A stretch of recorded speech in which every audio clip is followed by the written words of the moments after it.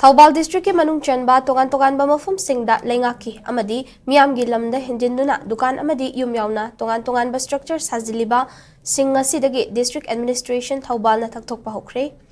Thoubal gi DC hana kamaina amadi Tonganba loishangi officer sing yauna chatkiba eviction drive aduda Thoubal mela ground yaripok lamkhai athokpam arongthong amadi national highway chama supna ani Imphal more lambigi nak yeta Sajilliba sing Thoubal district hospital gi main gate mamang na chingba mafam singda kanglon kaina sajilakpa dukan yum yauna Tonganba structure sing sidokhi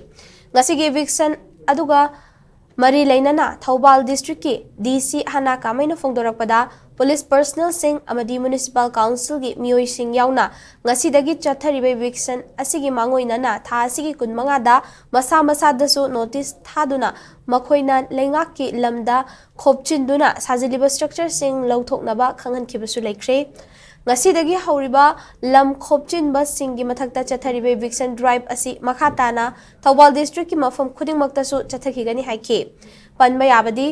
tha sigi kunithoida DC Thoubal na order ma thoktuna lenga ki lamda kanglon kaina sajilakliba singarang July 13 fawbugi manungda masa na khangna sidokadabane matamasi fawbugi manungda lauthokta tarabadi mathangi numitagi district administration na lauthokna thabak paikhat pa horagani amadi district administration na drive sethaduna structure sing sidokpada changleba sanfam khudingmak lenga ki amadi miyam gilam sokna sajilam liba miyoi aduda penalty oina puthok hangani haina su khanghan kiba lekhrabani.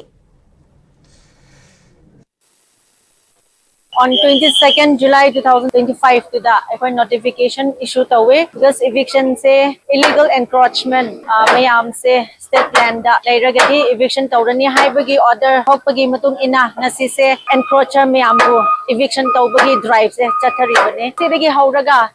Thoubal pumbada whole district to the encroachers mayam illegal occupants mayam bu eviction drive se chathagani haibu haizarga